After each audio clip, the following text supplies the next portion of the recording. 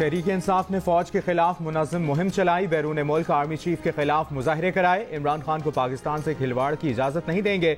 ऐवान को इन मामलात का फिलफौर नोटिस लेना होगा। इमरान खान के बारे में फैसला करना होगा। वज़ीर आज़म शहबाज शरीफ का कौमी असम्बली से खिताब। वज़ीर आज़म ने कहा कि इमरान नियाज़ी तारीख का सबसे बड़ा फ्रॉडिया है। इसने कानून और आइन को रद्दी की टोकरी में डाल दिया है। मुक़न्ना और अदलिया के इख्तियारात की धज्जियां बिखर रही हैं। वो किसी अदालत में पेश नहीं होता और मुल्क के तूल अर्ज़ की अदालतें इसे रात तक जमानतें देती हैं।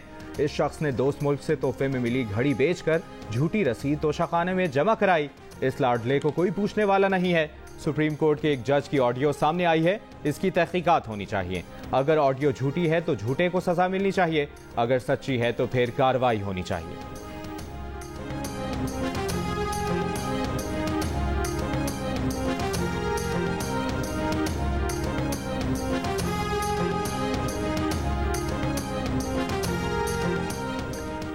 इमरजेंसी लगाकर ही इलेक्शन मुलतवी किए जा सकते हैं। पंजाब में इलेक्शन मुलतवी करने के खिलाफ केस में चीफ जस्टिस पाकिस्तान के रिमार्क्स। इंतखाबात के लिए जजेस की तनख्वाहों में कटौती की तजवीज़ भी दे दी। कहा इलेक्शन के लिए पूरे बजट की ज़रूरत ही नहीं है। 20 अरब के लिए कट हमारी तनख्वाहों पर भी लगाया जा सकता है। हुकूमत अखराजात कम करके 20 अरब निकाल सकती है।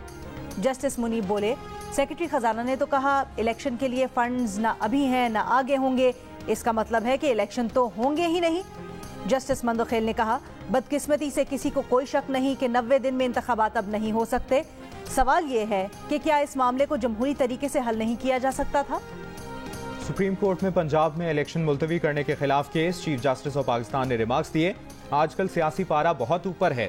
समात को बहुत लटकाना नहीं चाहते। PTI को पहल करना होगी क्योंकि अदालत से रुजू उन्होंने किया है। तहरीक इंसाफ अगर पहल करे तो ही हुकूमत को कहेंगे। मुल्क में इस वक्त तशद्दुद और अदम बर्दाश्त है। मुआशी हालात देखें, आटे के लिए लाइनें लगी हैं। आपस में दस्तो गिरबां होने के बजाय उन लोगों का सोचें। फरीकैन को फैसला करना है हालात को किस तरफ लेकर जाते हैं। अदालत को हकीकत को देख कर आगे बढ़ना है। ज़ाती तौर पर समझते हैं हमें कानूनी तनाज़े में नहीं पड़ना चाहिए। समाजी और सियासी डिसिप्लिन की बहाली भी करनी है।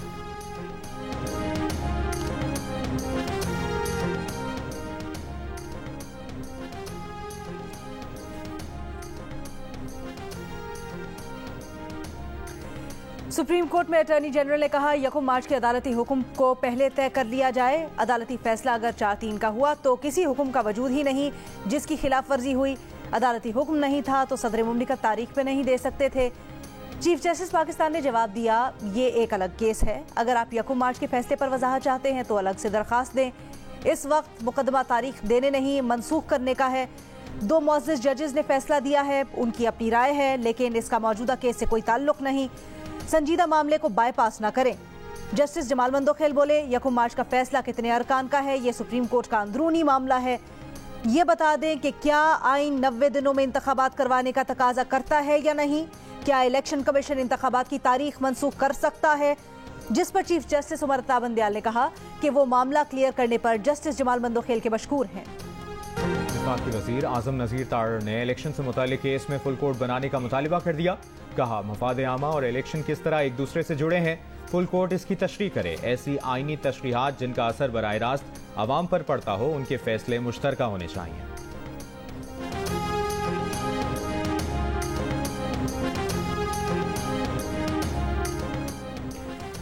विफाकी वज़ीर शहरी रहमान का कहना है कि आइनी और इंतखाबी तनाज़े का हल सिर्फ फुल कोर्ट बेंच में है।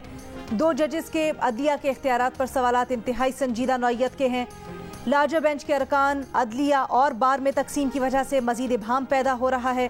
अब तक बार काउंसिल्स और कानूनी माहिर इस बात पर मुत्तफिक नहीं हो सके कि पंजाब और खैबर पख्तूनख्वा में इंतखाबात का अदालती फैसला 3-2 का है या 4-3 का है। PTI रहनुमा फवाद चौधरी ने कहा है कि जजेस के इख्तिलाफी नोट से कोई फर्क नहीं पड़ता। तहरीक इंसाफ आज़ाद अदलिया चाहती है। नून लीग ने ऐसी खातून को तर्जुमान लगाया है जो काउंसलर का इलेक्शन भी नहीं जीत सकती। ऐसे तर्जुमान लगाने से पार्टी का हशर क्या होता है सबको मालूम है। दौरान समात सुप्रीम कोर्ट में एब्सोल्युटली नॉट का तज़किरा।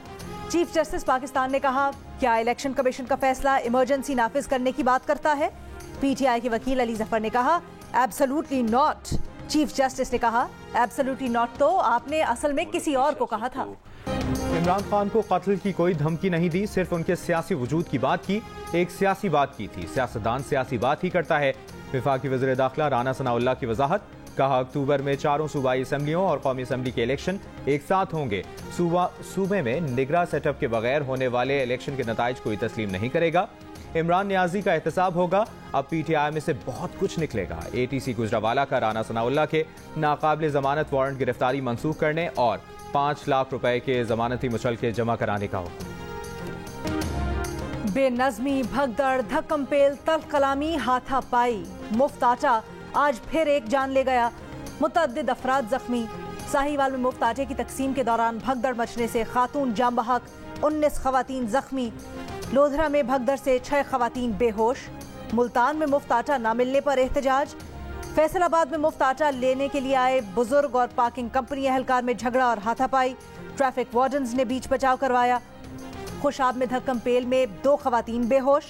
क्वेटा में सस्ते आटे के लिए शहरियों ने कतारें तोड़ दी। पेशावर के इलाके हजार खानी में आटा डिस्ट्रीब्यूशन पॉइंट्स खत्म करने के खिलाफ एहतजाज। मुजाहिरीन का कहना था कि मुफ्त आटा नहीं चाहिए, आटे को सस्ता किया जाए। इस्लामाबाद में मुफ्त आटे की फराहमी यूटिलिटी स्टोर्स तक महदूद। बेनज़ीर इनकम सपोर्ट प्रोग्राम के मुस्तहिकीन को आटे के 3 थैले एक साथ देने का फैसला। तर्जुमान यूटिलिटी स्टोर्स के मुताबिक पहले फ्री आटा ना लेने वाले आज से 3 थैले ले सकते हैं। पहले 1 थैला आटा लेने वाले मुस्तहिक अफराद कुल बकिया 2 थैले ले सकेंगे। बेनज़ीर इनकम सपोर्ट में गैर रजिस्टर्ड खानदान 1 थैला आटा ले सकता है।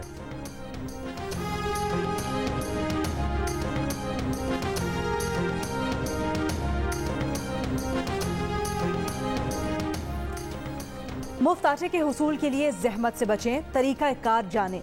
मुफ्त आटे के लिए बेनज़ीर इनकम सपोर्ट प्रोग्राम में रजिस्ट्रेशन जरूरी है। शहरी अहलियत जानने के लिए 8070 पर शनाख्ती कार्ड नंबर मैसेज करें। अहल होने पर असली शनाख्ती कार्ड के साथ सेंटर जाएं। शनाख्ती कार्ड ऐप से स्कैन करवाएं, पर्ची लें और सेंटर पर मौजूद ट्रक से आटा वसूल करें। एक वक्त में आटे का 1 थैला दिया जाएगा, दूसरा थैला 8 दिन बाद मिलेगा। एक खानदान कुल 3 थैले ले सकता है।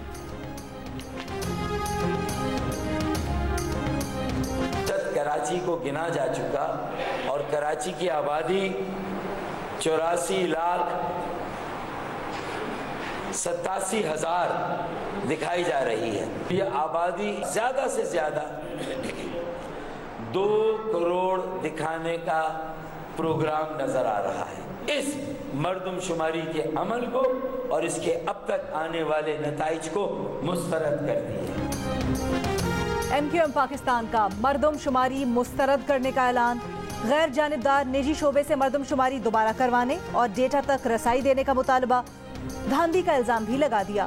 फारूक सत्तार ने कहा, सिंध के शहरी आबादी को कम और गांव की आबादी को बढ़ा चढ़ाकर दिखाया जा रहा है।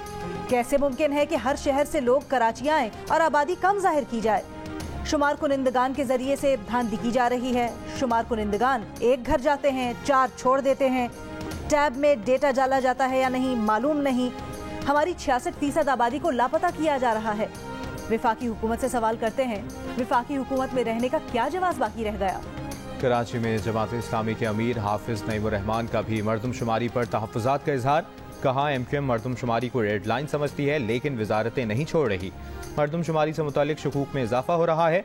डेटा तक रसाई नहीं दी जा रही। डंडी मारने की कोशिश है। बल्दियाती इंतखाबात में पीपल्स पार्टी जमात इस्लामी का मैंडेट तस्लीम करे।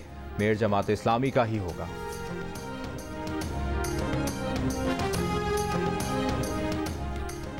लगता है फारूक सत्तार सिर्फ पीपल्स पार्टी को बुरा भला कहने MQM में वापस आए हैं। फारूक सत्तार नफरत के बजाय भलाई और मोहब्बत की सियासत करें। सूबाई वजीर नासिर शाह की फारूक सत्तार पर तनकीद। कहा, हैरत है फारूक सत्तार को मर्दमशुमारी वालों पर एतबार है लेकिन सिंध के अफसरान पर नहीं। लाहौर हाई कोर्ट ने लाहौर मास्टर प्लान 2050 के जायजे के लिए बैनुल अक़वामी कंसल्टेंट की खिदमात लेने की हिदायत कर दी। समाअत के दौरान जस्टिस शाहिद करीम ने कहा कि मास्टर प्लान को LDA पर नहीं छोड़ा जा सकता। LDA ने तो शहर के ग्रीन एरिया को भी नहीं बख्शा। इन्हें पैसों की बात नहीं सुननी। कौम के मुस्तकबिल का मामला है। लाहौर के तहफ़्फ़ुज़ के लिए जितना खर्च हो सकता है किया जाए। LDA गैर कानूनी हाउसिंग सोसाइटीज़ के खिलाफ कुछ नहीं कर रहा और मास्टर प्लान बना रहा है। केस की समाअत 6 अप्रैल तक मुलतवी।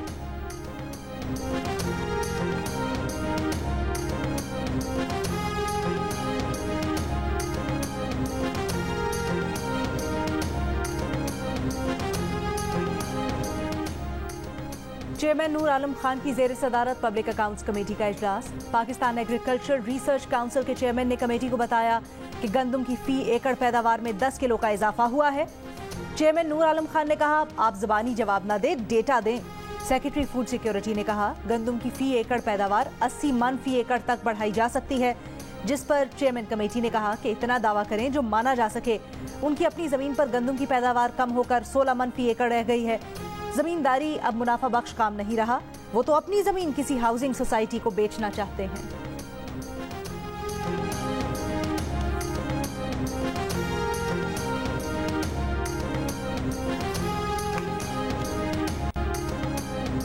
कराची पुलिस इमरान खान के भांजे हसन न्याजी को गिरफ्तार करके रवाना हो गई।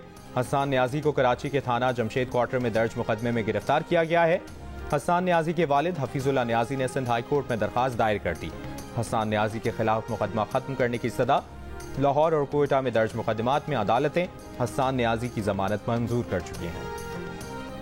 लाहौर में इंसदादे दहशतगर्दी की अदालत ने घेराव, जलाव और तोड़ फोड़ के मुकदमे में PTI रहनुमा असद उमर की हाजिरी, माफी और अबूरी जमानत की दरखास्त खारिज कर दी। फरूख हबीब की अबूरी जमानत की दरखास्त अदम पैरवी की बुनियाद पर खारिज। अदालत का यास्मीन राशिद, जुबैर नियाजी और दीगर PTI रहनुमाओं को शामिल तफ्तीश होने का हुक्म। अदालत ने आज तक असद उमर की अबूरी जमानत मंजूर कर रखी थी।